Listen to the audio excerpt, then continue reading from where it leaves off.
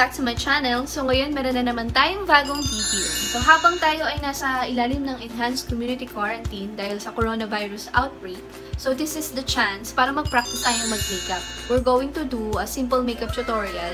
Yung mga tipong pagpasok mo ng office, pupunta ka ng mall, gagala ka, or may kipag-date ka. So ito yung ating gagawin ngayon. So first thing na ginagawa ko bago ko mag-makeup, syempre, naglalagay ako ng moisturizer. Salutec ang aking ginagamit dahil ang aking skin is sensitive.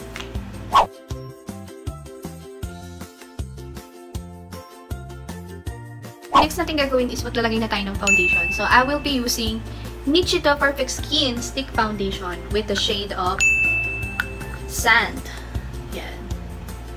So pag mga natural makeup lang, huwag masyado siguro makapal or yung tamang-tama lang para sa face mo. Para hindi masyadong full coverage, kumbaga. Araw, syempre umaga, mamamasyal ka, hindi mo naman kailangan ng super pakmak na foundation. Lalo na pag oily yung mukha mo, so hindi siya maganda kapag pinumisan ka. So light-light lang.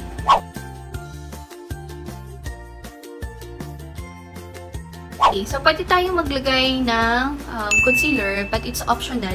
So, syempre, gusto lang natin maging mukhang natural. Pero kapag yung lower eye mo is parang maitim or may eye bag dahil kakapulit, so pwede ka maglagay ng concealer. It's up to you. So, ang concealer na aking gagamitin is from Intuit Dark Circle Correction. So, yan. Maliit lang siya, guys. Pero, super effective. Ang ganda niya. Perfect siya pang height ng mga eyeballs. Ang ginagawa ko is, tinatap ko lang siya ng daliri. So, para mas maganda yung effect niya. Lalagay tayo ng powder sa ating mukha para ma-set yung nilagay natin foundation kanina. So, para hindi naman siya magmukhang oily. So, para maging matte finish yung ating face.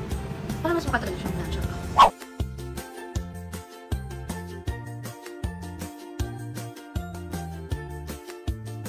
So, next na natin ilalagay is the eyebrow powder. So, I will be using again Intuit Eyebrow Powder with the shade of Smoky Brown. So, eto guys, sobrang ganda niya kasi mukha talaga siyang natural sa kilay natin.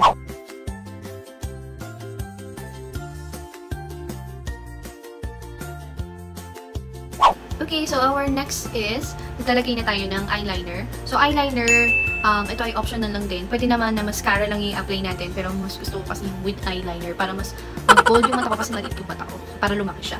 So, I will be using Nichito, the Tattoo Effect Eyeliner Pen. So, yung mga ginagamit nating makeup is very affordable. So, makikita nyo lang to sa Watson, sa Mercury Drug, yun. Sobrang affordable siya. Pwede nyo siyang bilhin ng murang-murang halaga. So, ngayon ako yung maglalagay na ng eyeliner at ako ay magbabalik. Okay, so tapos na ako maglagay ng liquid eyeliner. So, ano yung bet na bet ko? Ba't ko ginagamit tong Nichito? Madali siyang i-drawing. Unlike dun sa ibang mga brushes na medyo critical siyang i-apply. Kasi kailangan mo talaga ng concentration at magpawas ang panginginig. Dahil kung hindi, patay yung mata mo. So, uulit ka. Masisira yung makeup mo. Tatanggalin mo na. Next naman is naglalagay na tayo ng mascara. So, ang aking mascara na ginagamit is from Maybelline. So, this is the Hyper Curl Waterproof Mascara ng Maybelline. So, ang ganda niya. Hindi siya nagkakalat. Then, nag-hold siya. No? Mag-apply lang tayo.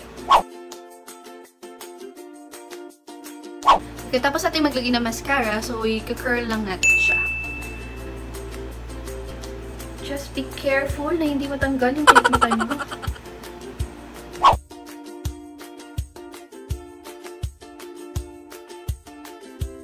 Alright, so tapos na tayo sa eyes. So, maglalagay lang tayo ng onting nose line lang para ma-define yung ating nose bridge. And then, hindi tayo katagusan. So, maglagay tayo na.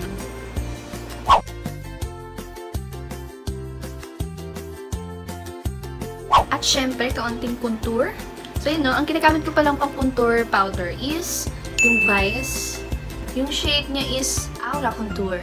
So, I think, isa lang naman ata yung contour shade ng Vice. So, nagustuhan ko to kasi pigmented siya and madali lang siyang gamitin. Siyempre, wag natin kakalimutan maglagay ng blush. So, I'm gonna use again a Vice Cosmetic blush with the shade of Aura Blush. So, this is the Aura Blush of Vice. Very cute and natural lang siya sa face. So, syempre, hindi makakompleto ang ating look kung wala tayong lipstick. So, I have here Advanced Lippy with the shade of Raw Burgundy. So, gusto ko yung shade na to kasi very natural lang siya. Hindi siya masyadong dark. Tsaka bagay siya sa kulay ko. Tsaka gusto ko siya kasi tignan yung tip niya. So, parang lang siyang Crayola.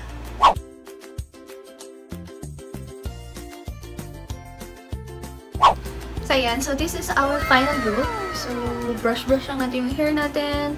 Ayusin lang natin siya and you are ready to go.